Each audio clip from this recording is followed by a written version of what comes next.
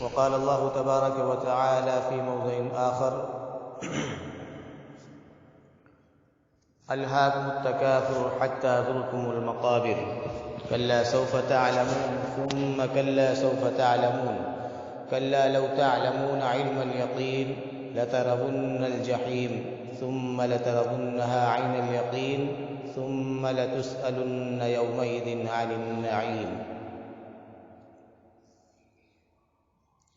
تمام قسم کی تعریفات، توصیفات، کبریائی و بڑائی اس اللہ رب العالمین کے لیے لائق و سزاوار ہے جس نے ہم تمام جہان والوں کو اس دنیا کے اندر پیدا فرمایا،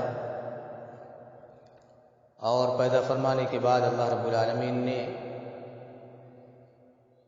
ہماری ہدایت کے لیے، ہماری رہنمائی کے لیے انبیاء اکرام کو اس دنیا کے اندر مبعوث فرمایا۔ درود و سلام ہو تمام انبیاء اکرام پر، خصوصاً ہمارے نبی احمد مجتبیٰ محمد مصطفیٰ سرکار دو عالم صلی اللہ علیہ وسلم پر۔ محترم دوستو، میں نے آپ کے سامنے 30ویں پارے کی سورہ تکاثر کی تلاوت کی ہے، جس میں اللہ رب العالمین یہ ارشاد فرما رہا ہے کہ الہاکم التکاثر، انسان دنیا کے حرص میں، دنیا کی طمع میں، دنیا کے حصول میں، دنیا کی چاہت میں پڑا رہتا ہے،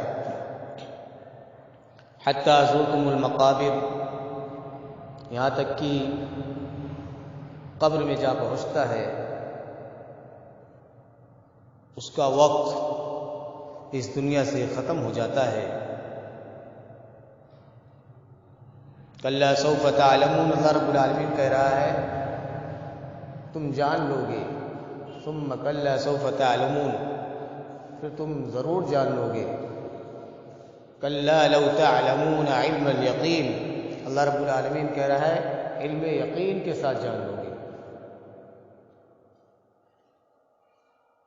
لترون الجحیم، پھر تم جہنم کو ضرور دیکھو گے، جہنم کو ضرور دیکھو گے۔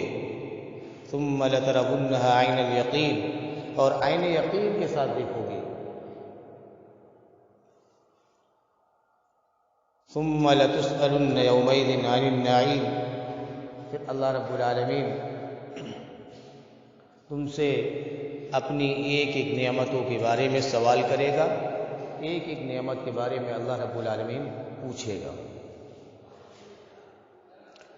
میں نے آپ کے سامنے جس موضوع کے تعلق سے گفتگو کرنے کی جسارت کی ہے وہ یہ ہے کہ طمع اور حرص، یعنی لالچ اور زیادتی کی چاہت، کیونکہ دنیا کے اندر اللہ رب العالمین نے مختلف انداز میں مختلف لوگوں کو پیدا کیا ہے۔ لوگوں کا مزاج مختلف ہوتا ہے، لوگوں کا انداز مختلف ہوتا ہے، لوگوں کا رہن سہن مختلف ہوتا ہے، لوگوں کا کاروبار اپنا مختلف ہوتا ہے، لوگوں کی فطرت مختلف ہوتی ہے، لوگوں کی سوچ مختلف ہوتی ہے۔ اسی حساب سے اللہ رب العالمین نے دنیا کے اندر لوگوں کو مختلف انداز سے پیدا فرمایا ہے، مختلف طریقے سے پیدا فرمایا ہے۔ اب آپ غور کریے، ہر انسان دنیا کے اندر بسنے والا ایک دوسرے سے مکمل طور سے ہر معاملے میں ملتا جلتا نہیں ہے، اس کے اور ایک دوسرے کے درمیان میں فرق ہوتا ہے، اس کے دیکھنے میں فرق ہوتا ہے، اس کے مزاج میں بھی فرق ہوتا ہے، اس کے آواز میں بھی فرق ہوتا ہے، اس کے انداز میں فرق ہوتا ہے، اس کے چال چلن میں، اس کے حلیے میں، ہر لحاظ سے اس کے درمیان میں فرق ہوتا ہے۔ ہو بہو اللہ رب العالمین نے ایک دوسرے کو نہیں بنایا ہے، مختلف انداز سے بنایا ہے۔ اسی طرح سے انسان کے اندر اللہ رب العالمین نے سوچنے کی جو صلاحیت رکھی ہے وہ دو طریقے کی رکھی ہے طمع اور حرص کے تعلق سے. سوچنے کی جو اس کے اندر صلاحیت ہے دو قسمیں ہیں اس کی. ایک تو انسان منفی سوچ رکھتا ہے، یعنی ایک انسان طمع اور حرص اچھی چیزوں میں کرتا ہے، یعنی طمع اور حرص نماز میں کرتا ہے، نماز کا حریص ہوتا ہے، نماز کے اندر اس کو بہت دلچسپی ہوتی ہے، نماز کے اندر بڑا لگاؤ ہوتا ہے، نماز سے بڑی محبت ہوتی ہے، فرائض کے علاوہ نوافل کا خوب اہتمام کرتا ہے، اس کا بڑا حریص ہوتا ہے، اس کے اندر بڑی طمع ہوتی ہے، بڑی لالچ ہوتی ہے کہ میں کتنا نیکیاں کر لوں، کتنا زیادہ سے زیادہ نیکیاں کر لوں. تلاوت میں اس کو بڑی دلچسپی ہوتی ہے، بڑا لگاؤ ہوتا ہے، بڑی محبت ہوتی ہے. قرآن پڑھتا ہے لیکن اس کے اندر یہ خواہش پیدا ہوتی ہے کہ اور پڑھ لوں، تھوڑا سا اور زیادہ سمجھنے کی کوشش کر لوں، اور زیادہ گہرائی کی طرف چلے جاؤں، اور تلاوت کر لوں. اس کے اندر ایک طمع ہوتی ہے، ایک حرص ہوتی ہے، وہ حریص ہوتا ہے زیادہ سے زیادہ نیکیاں کرنے کی. بیواؤں کی، مسکینوں کی مدد کر دوں، کسی کی ضرورت کو پورا کر دوں، کسی کے کام آ جاؤں، وہ اس کا حریص ہوتا ہے. اس کے اندر اس بات کی طمع ہوتی ہے، اس بات کی لالچ اس کے اندر ہوتی ہے میں کتنا پاؤں، کتنا نیکیاں کر لوں، کس انداز میں نیکیاں کرنے کا موقع ملے میں نیکیاں کر لوں. یہ اس کے اندر طمع اور لالچ ہوتی ہے. یہ جو قسم ہے بڑی اچھی قسم ہے، یہ عادت بڑی اچھی ہے. اگر اس کسی کے اندر یہ چیز پائی جاتی ہے، یہ خصلت کسی کے اندر پائی جاتی ہے کہ وہ حریص ہے نیکیوں کا اور طمع اور لالچ کرتا ہے نیکیوں کا، تو اس کے اندر یہ بڑی اچھی عادت ہے اور ایسا ہونا چاہیے. اس بات کا حریص ہونا چاہیے اس کو. لیکن اس کے اپوزٹ میں جائیں گے، اس کے خلاف آپ جائیں گے تو آپ کو ایک آدمی ایسا ملے جو دنیا کے تعلق سے حریص ہو، دنیا کے تعلق سے حریص ہو. یعنی اللہ رب العالمین نے جو اس کو نعمتیں دے رکھی ہیں، جن انعامات سے اس کو نواز رکھا ہے، اس پر وہ اکتفا نہ کرتا ہو، اس پر قناعت نہ کرتا ہو، اس پر وہ خوش نہ ہو، اس سے راضی نہ ہو. اللہ رب العالمین نے اس کو جو دے رکھا ہے اس سے اور زیادہ بڑھانے کی کوشش کرتا رہتا ہوں. یعنی بالکل لالچ اور حرص اس کے اندر ہر وقت دنیا کی پیدا ہو، ہر وقت دنیا کی لالچ اور حرص اس کے دل کے اندر گھر کر گئی ہو.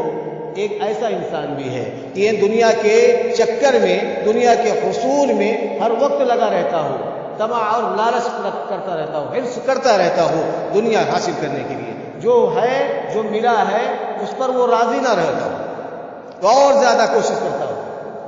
نہیں، کوشش کرنا چاہیے انسان کو، ایسا نہیں ہے دنیا کا حصول نہیں ہونا چاہیے، دنیا حاصل نہ کرے، لیکن بالکل اس دنیا میں مگن ہو جائے اور اس قدر مگن ہو جائے، اس طرح سے دنیا میں غرق ہو جائے، اس طرح سے دنیا میں ڈوب جائے کہ پھر اس کو دین کی فکر ہی نہ ہو، دین کا خیال بھی نہ کرتا ہو، صحیح اور غلط کی تمیز ہی نہ کرتا ہو، وہ دنیا میں ہی لگ جائے، ہر وقت دنیا کے حصول میں لگا رہے، ہر وقت دنیا حاصل کرنے کے چکر میں پڑا رہے.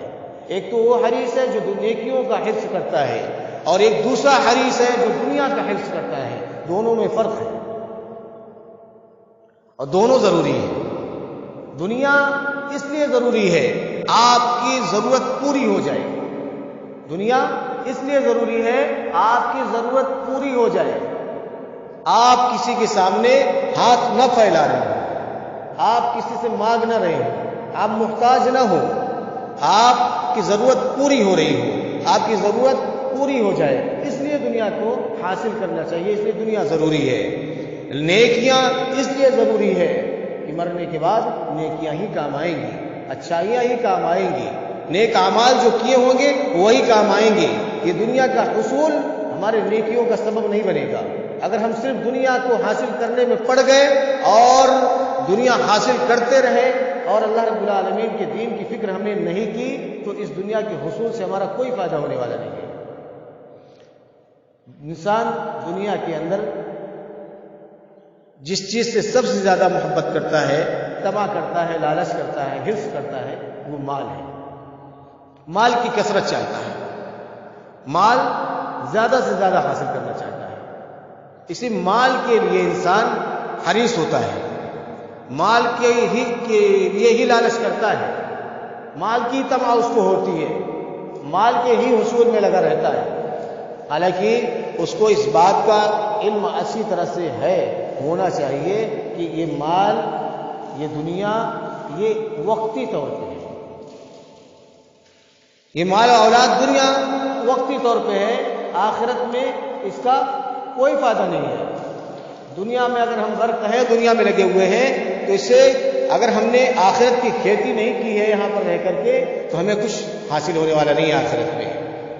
اعلموا انما الحیات الدنیا لعب ولہو وزینۃ وتفاخر فی الحیات وتفاخر، یعنی انسان اس بات کو جان لو کہ یہ دنیا کی زندگی کھیل اور تماشا ہے، یہ ایک زینت ہے، یہ آپس میں ایک دوسرے پر فخر کرنے کے لیے ہے، آپس میں ایک دوسرے سے بڑھ جانے کے لیے ہے۔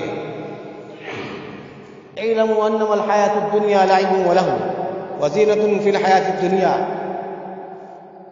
آگے اس طرح کے الفاظ ہیں، مال اور اولاد کے چکر میں، مال اور اولاد کی حصول میں انسان دنیا کے چکر میں پڑا رہتا ہے، یہ مال کی زیادتی میں پڑا رہتا ہے، لیکن آگے اللہ رب العالمین نے فرمایا یہ دنیا کی زندگی جس کے چکر میں تم پڑے ہو، جو کھیل اور تماشا ہے، تھوڑی دیر کے لیے نشو و نمائش ہے، دیکھنے کے لیے ہے، تھوڑی دیر کے لیے چمک دھمک ہے، یہ صرف وما الحیات الدنیا الا متاع الغرور، صرف دھوکے کا سامان ہے۔ یہ دنیا کی زندگی، یہ مال و اولاد، یہ مال و دولت، یہ شہرت، یہ ساری چیزیں دنیا کے لیے وقتی طور پہ ہے۔ اس کی مثال یوں سمجھیے، جیسے بارش ہوتی ہے، بارش کا پانی گرتا ہے تو آپ دیکھیے کس طرح سے ویران جگہیں لہلاتی رہتی ہیں، ہری بھری ہو جاتی ہے، اس میں خوبصورتی آ جاتی ہے، اور کسان اس سے خوش ہوتا ہے، بارش ہوتی ہے، سبزیاں وغیرہ اپنا جو سبزہ اگاتا ہے وہ اس کو وقتی طور پہ اس کا فائدہ ہوتا ہے، لیکن اس کے بعد وہ پھر اسی حالت میں لوٹ جاتی ہے، سوکھ جاتی ہے۔ اسی طرح سے دنیا کی زندگی کا یہ مطلب ہے، دنیا کی زندگی ہے وما الحیات الدنیا الا متاع الغرور، صرف دھوکے کا سامان ہے اور کچھ بھی نہیں ہے اس دنیا میں۔ اگر انسان یہ سوچے کہ دنیا کی زندگی میں ہمیشگی ہے، ہمیشہ کا ٹھکانہ ہے، تو نہیں، یہ دھوکے کا سامان ہے۔ اس دھوکے میں اگر کوئی پڑتا ہے تو اپنی دنیا کا بھی نقصان کرتا ہے اور آخرت کا بھی نقصان کرتا ہے۔ آخرت کو نقصان ہونا ہی ہونا ہے اس کو۔ دنیا کے چکر میں اگر کوئی پڑ گیا اور اس پر ترجیح دیا اور اس سے محبت کرنے لگا اور اس کے حصول کے لیے حرام اور حلال کی تمیز نہیں کیا، صحیح اور غلط کی تمیز نہیں کیا، اس کو حاصل کرنا ہی اپنا مقصود بنا لیا، اس کے پیچھے ہی پڑ گیا، تو وما الحیات الدنیا الا متاع الغرور، یہ دنیا کی زندگی صرف دھوکے کا سامان ہے اور کچھ بھی نہیں ہے۔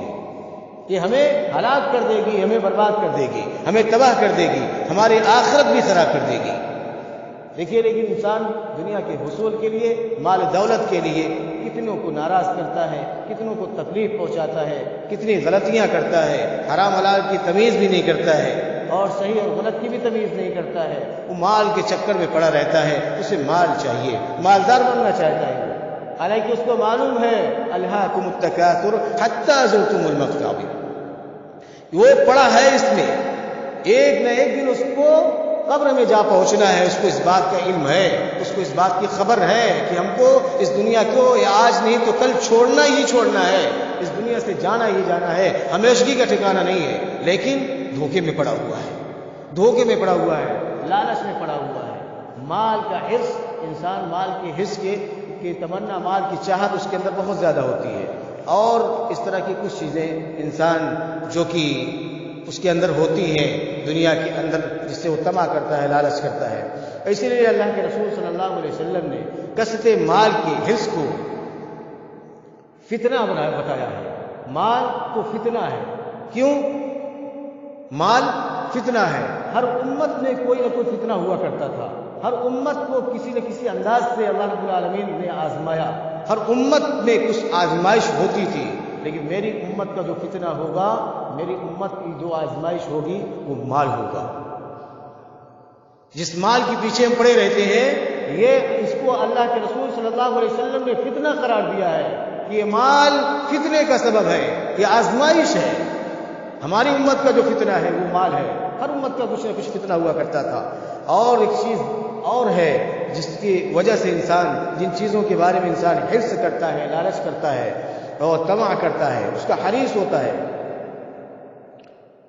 اس کو اپنے حرص کو, اپنی تمنا کو, اپنی چاہت کو انتہا تک پہنچانا چاہتا ہے. مال کی حرص کس قدر نقصان دہ ہے. کعب بن مالک رضی اللہ عنہ فرماتے ہیں, آپ صلی اللہ علیہ وسلم نے فرمایا, کعب بن مالک رضی اللہ عنہ فرماتے ہیں کہ اللہ کے رسول صلی اللہ علیہ وسلم نے فرمایا, وہی مثال کہ مال کی کثرت کی تمنا چاہت, اس کی حرص, اس کی طمع اتنا نقصان دہ ہے. اگر دو بھوکے اور خونخوار بھیڑیوں کو بکریوں کے ریوڑ میں چھوڑ دیا جائے تو اتنا نقصان نہیں ہوگا جتنا نقصان انسان کے مال کی حرص میں ہوتا ہے.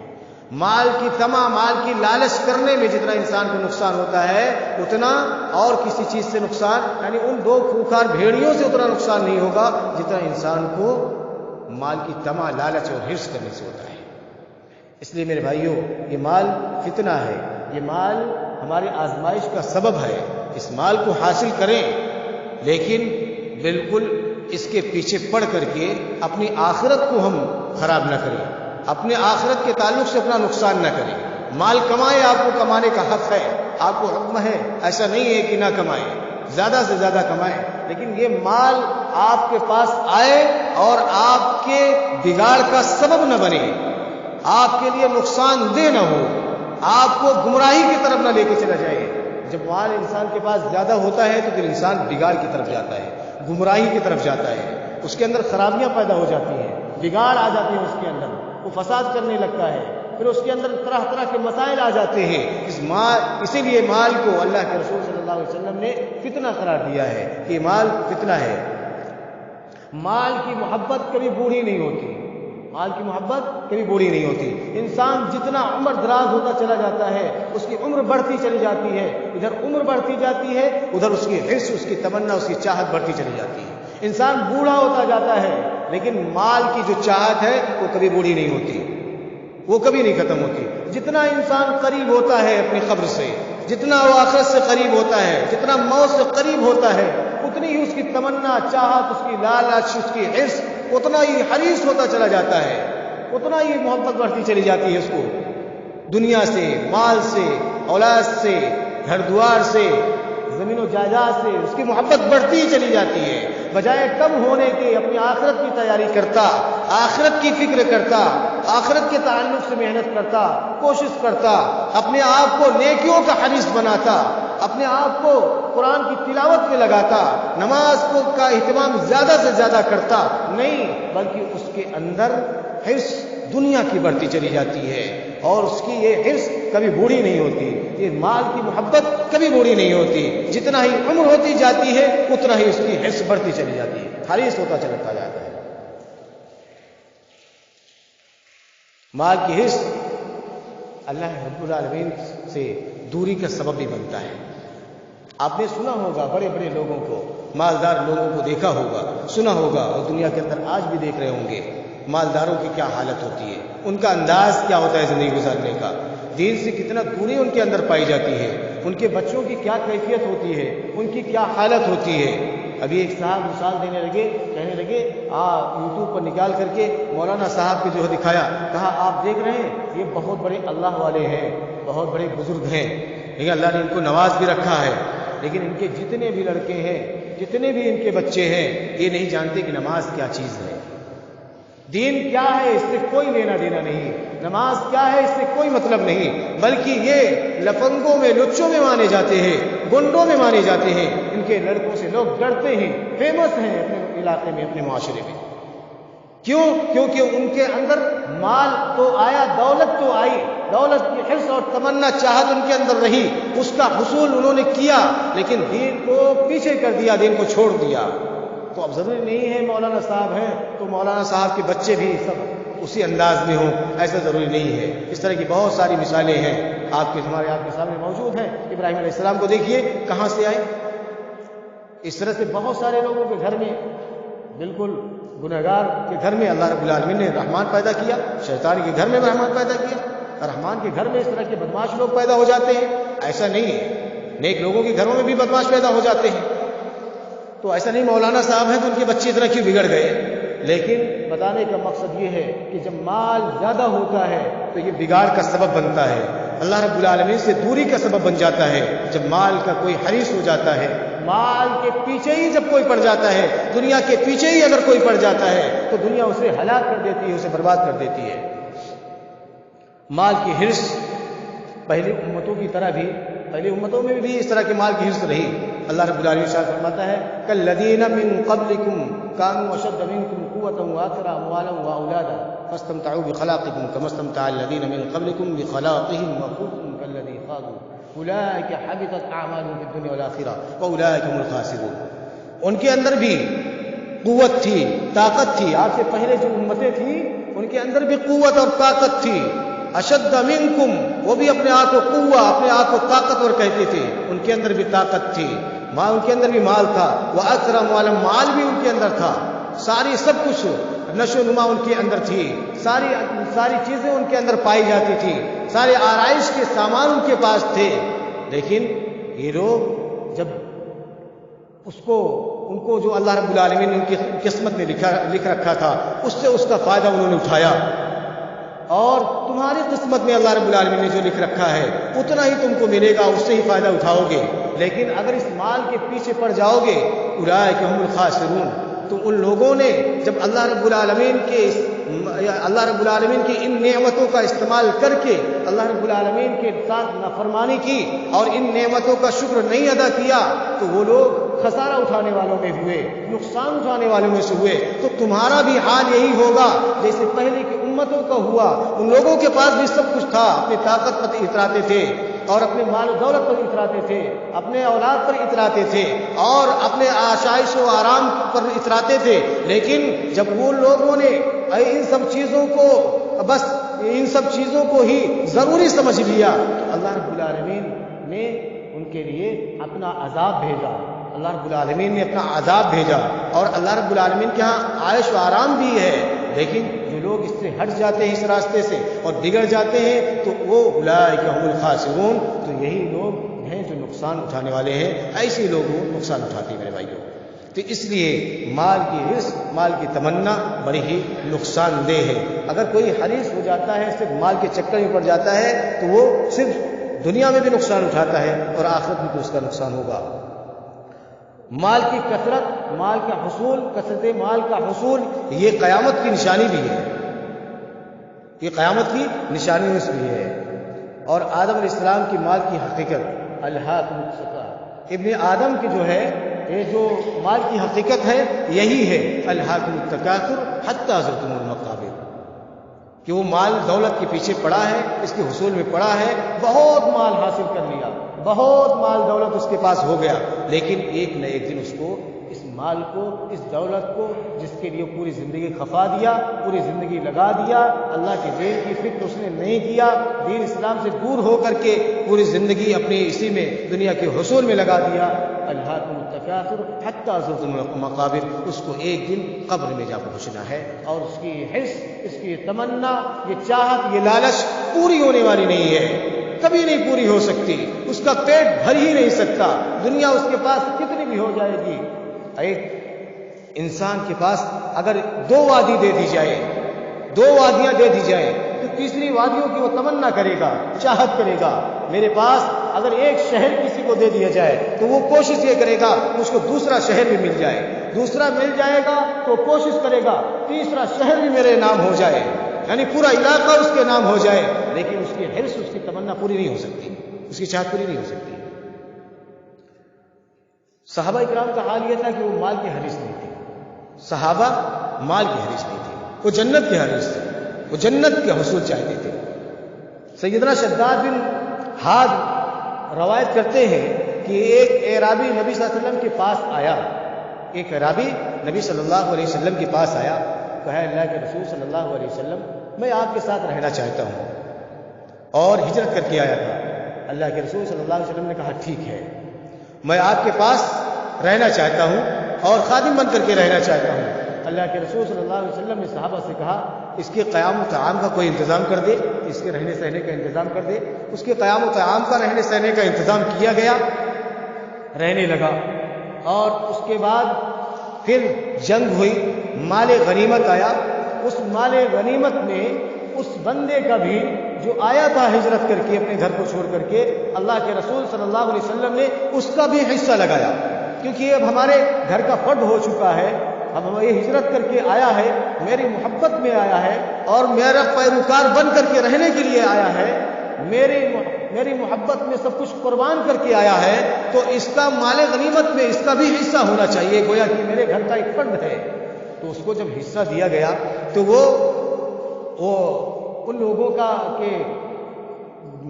لوگوں کے جانور کا چرانے کا کام کرتا تھا، چرواہا کا کام کرتا تھا، جانور چرانے گیا تھا، جب واپس آیا تو ان لوگوں نے اس کا مال غنیمت دیا۔ صحابہ کرام نے کہا کہ یہ کہاں سے آیا ہے، کیسا ہے؟ کہا اس کو اللہ کے رسول صلی اللہ علیہ وسلم نے آپ کو عطا کیا ہے، مال غنیمت میں سے سب کا حصہ، انصار نے سب کا حصہ لگایا تو آپ کا بھی حصہ لگایا ہے۔ وہ فوراً اللہ کے رسول صلی اللہ علیہ وسلم کے پاس، فوراً اللہ کے رسول صلی اللہ علیہ وسلم کے پاس وہ گیا، وہ صحابی گئے اور کہا اللہ کے رسول صلی اللہ علیہ وسلم یہ کیا ہے؟ آپ نے فرمایا کہ مال غنیمت میں سے آپ کا حصہ آیا تھا، وہی ہے۔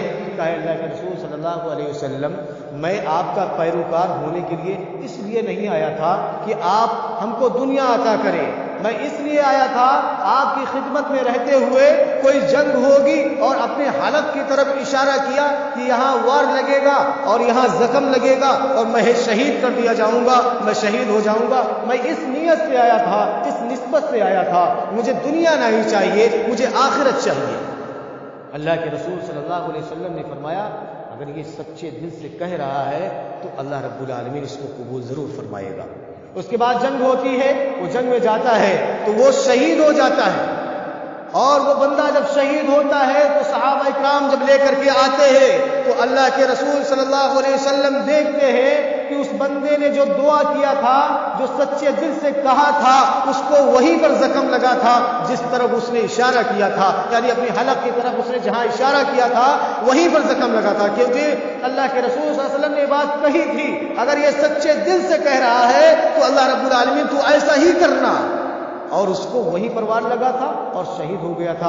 اللہ کے رسول صلی اللہ علیہ وسلم نے پوچھا یہ وہی اعرابی ہے، یہ وہی صحابی ہے جنہوں نے ایسے ایسے کہا تھا؟ صحابہ اکرام نے کہا اللہ کے رسول صلی اللہ علیہ وسلم یہ وہی ہے۔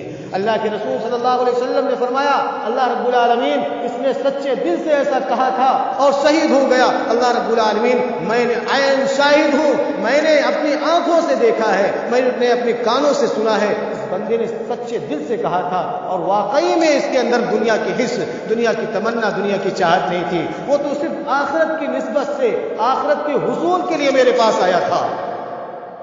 آج دنیا کے اندر اس طرح کی سوچ فکر والے لوگ نہیں پائے جاتے، ان کو دنیا کا حصول چاہیے، دنیا کی شہرت چاہیے، دنیا کی چاہت چاہیے، اور دنیا کے حصول کے لیے، دنیا کی شہرت کے لیے انسان پڑا رہتا ہے۔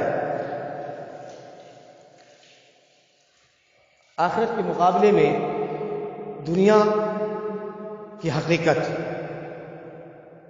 ایک آدمی سمندر کے اندر اپنی انگلی جا کر کے ڈالے اور انگلی نکالنے کے بعد یہ دیکھے کہ اس کے انگلی میں کتنا پانی لگا ہے، کتنا پانی آیا ہے۔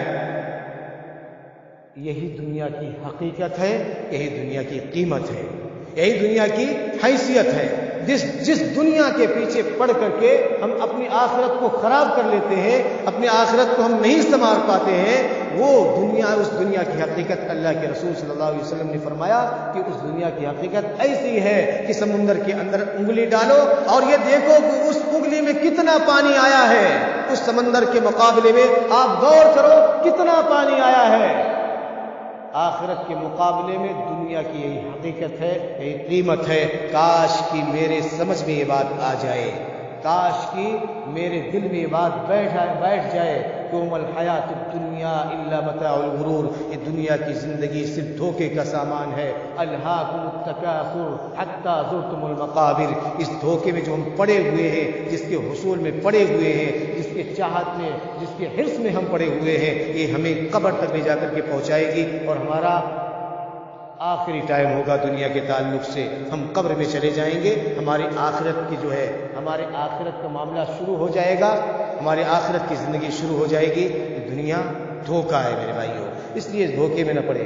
اچھا، دنیا کے اندر انسان شہرت کی بھی حرص کرتا ہے، اقتدار چاہتا ہے، منصب چاہتا ہے، مرتبہ چاہتا ہے، نام چاہتا ہے، عزت چاہتا ہے، مقام چاہتا ہے.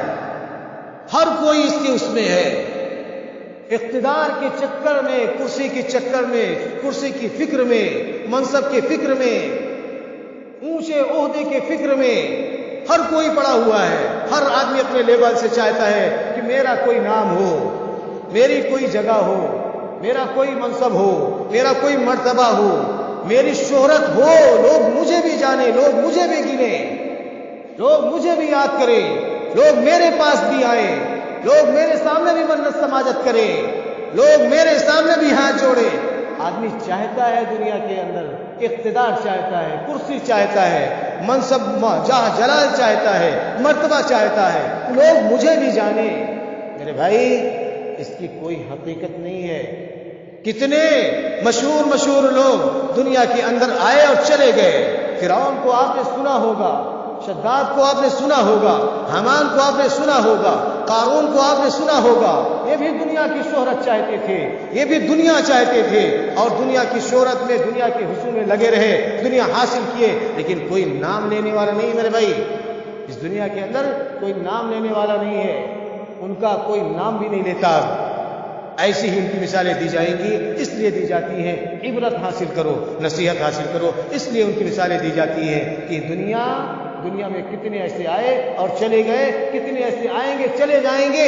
آپ کا یہ آپ کے دل کا دھڑکنا بند ہوا، آپ کا مقام، مرتبہ، منصب، عہدہ، اقتدار، جاہ جلال سب ختم. میرے بھائیوں، یہ دھڑکن بند، حرکت بند ہوئی، آپ کی ساری حرکتیں بند ہو جائیں گی. آپ بہت بڑے منصب پر فائز تھے، بہت بڑی کرسی پر آپ بیٹھے ہوئے تھے. کوئی اب کسی کو پوچھنے والا نہیں ہے، کوئی نہیں پوچھے گا. اب جو دوسرا کرسی پہ آ کر بیٹھا ہے وقتی طور پہ، اس کو لوگ جانیں گے، اس کے پاس جائیں گے، اس کی عزت کریں گے، اس سے اپنا کام نکالیں گے. لیکن آپ کو لوگ بھول جائیں گے. ایسی کرسی، ایسا مقام، ایسا مرتبہ، ایسی شہرت کس کام کی میرے بھائیوں؟ اس لیے دنیا کی شہرت، دنیا کی چاہت، دنیا کی تمنا، دنیا کا لگاؤ، اس کے پیچھے نہ پڑے، بلکہ اپنی آخرت کو سنوارنے کی کوشش کریں. نیکیوں کے حریص بنے، نیکیوں کے لالچی بنے، نیکیوں کے تعلق سے طمع کریں، لالچ کریں. آپ نمازوں میں لالچ کریں، قرآن کی تلاوت میں لالچ کریں، دین اسلام کو سمجھنے میں لالچ کریں، قیامت کی ہولناکیوں کے بارے میں پڑھنے کے بارے میں لالچ کریں، اس کی طمع کریں، اس کی حریص بنے. اس کی ہم کو فکر ہی نہیں ہے، دنیا کی فکر ہے، دنیا بنانے میں پڑے ہوئے ہیں. اللہ رب العالمین سے دعا ہے کہ اللہ رب العالمین کو ہمیں کہنے اور سننے سے زیادہ عمل کرنے کی توفیق عطا فرما. اللہ رب العالمین جب تک زندہ رکھ، اسلام پر زندہ رکھ، ہمارا خاتمہ ہو ایمان بالخیر پہ ہو. وآخر دعوانا الحمدللہ.